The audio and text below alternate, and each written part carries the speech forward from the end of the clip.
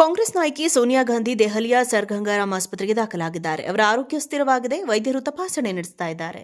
ಸೋಮವಾರ ಸಂಜೆ ಅವರನ್ನು ಆಸ್ಪತ್ರೆಗೆ ದಾಖಲಿಸಲಾಯಿತು. ಅವರಿಗೆ ಕೆಲವು ದಿನಗಳಿಂದ ಕೆಮ್ಮು ಕಾಣಿಸಿಕೊಂಡಿದ್ದು, ದೆಹಲಿಯಲ್ಲಿ ಮಾಲಿನ್ಯ ಹೆಚ್ಚಾದ ಹಿನ್ನೆಲೆಯಲ್ಲಿ ಕೆಮ್ಮು ಕಡಿಮೆ ಆಗ್ತಾ ಇರಲಿಲ್ಲ.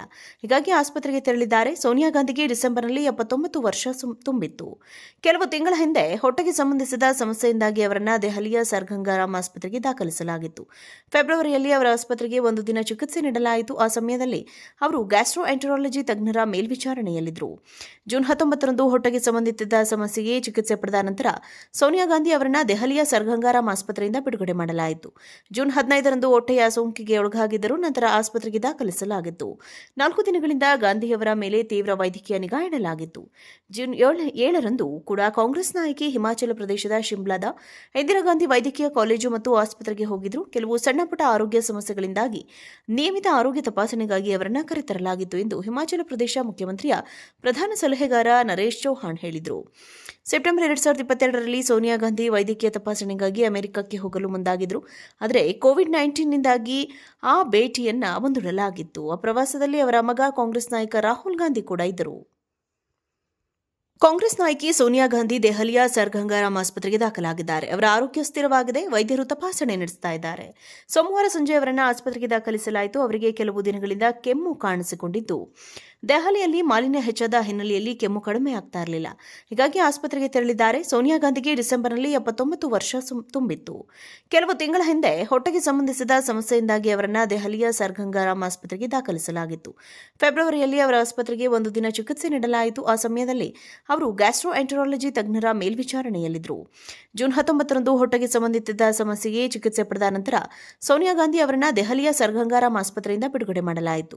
ಜೂನ್ 15ರಂದು ಹೊಟ್ಟೆಯ ಸೋಂಕಿಗೆ ಒಳಗಾಗಿದ್ದರು. ನಂತರ ಆಸ್ಪತ್ರೆಗೆ ದಾಖಲಿಸಲಾಗಿತ್ತು. 4 ದಿನಗಳಿಂದ ಗಾಂಧಿಯವರ ಮೇಲೆ ತೀವ್ರ ವೈದ್ಯಕೀಯ ನಿಗಾ ಇಡಲಾಗಿತ್ತು.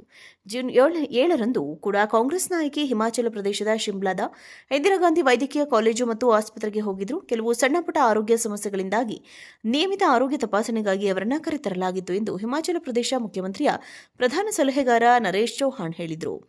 ಸೆಪ್ಟೆಂಬರ್ 2022ರಲ್ಲಿ ಸೋನಿಯಾ ಗಾಂಧಿ ವೈದ್ಯಕೀಯ ತಪಾಸಣೆಗಾಗಿ ಅಮೆರಿಕಕ್ಕೆ ಹೋಗಲು ಮುಂದಾಗಿದ್ದರು. ಆದರೆ ಕೋವಿಡ್-19ನಿಂದಾಗಿ ಆ ಭೇಟಿಯನ್ನು ಮುಂದೂಡಲಾಗಿತ್ತು. ಆ ಪ್ರವಾಸದಲ್ಲಿ ಅವರ ಮಗ ಕಾಂಗ್ರೆಸ್ ನಾಯಕ ರಾಹುಲ್ ಗಾಂಧಿ ಕೂಡ ಇದ್ದರು. ಕಾಂಗ್ರೆಸ್ ನಾಯಕಿ ಸೋನಿಯಾ ಗಾಂಧಿ ದೆಹಲಿಯ ಸರ್ ಗಂಗಾರಾಮ್ ಆಸ್ಪತ್ರೆಗೆ ದಾಖಲಾಗಿದ್ದಾರೆ. ಅವರ ಆರೋಗ್ಯ ಸ್ಥಿರವಾಗಿದೆ. ವೈದ್ಯರು ತಪಾಸಣೆ ನಡೆಸ್ತಾ ಇದ್ದಾರೆ.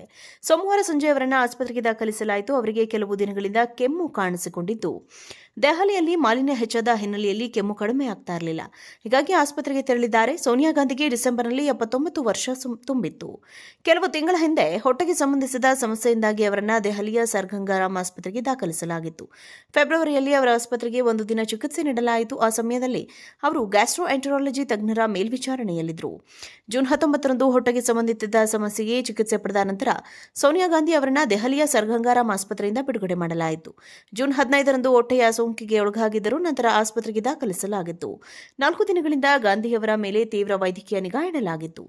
ಜೂನ್ 7ರಂದು ಕೂಡ ಕಾಂಗ್ರೆಸ್ ನಾಯಕಿ ಹಿಮಾಚಲ ಪ್ರದೇಶದ ಶಿಮ್ಲಾದ ಇಂದಿರಾ ಗಾಂಧಿ ವೈದ್ಯಕೀಯ ಕಾಲೇಜು ಮತ್ತು ಆಸ್ಪತ್ರೆಗೆ ಹೋಗಿದ್ರು. ಕೆಲವು ಸಣ್ಣಪುಟ್ಟ ಆರೋಗ್ಯ ಸಮಸ್ಯೆಗಳಿಂದಾಗಿ ನಿಯಮಿತ ಆರೋಗ್ಯ ತಪಾಸಣೆಗಾಗಿ ಅವರನ್ನು ಕರೆತರಲಾಗಿತ್ತು ಎಂದು ಹಿಮಾಚಲ ಪ್ರದೇಶ ಮುಖ್ಯಮಂತ್ರಿಯ ಪ್ರಧಾನ ಸಲಹೆಗಾರ ನರೇಶ್ ಚೌಹಾಣ್ ಹೇಳಿದರು. ಸೆಪ್ಟೆಂಬರ್ 2022ರಲ್ಲಿ ಸೋನಿಯಾ ಗಾಂಧಿ ವೈದ್ಯಕೀಯ ತಪಾಸಣೆಗಾಗಿ ಅಮೆರಿಕಕ್ಕೆ ಹೋಗಲು ಮುಂದಾಗಿದ್ದರು.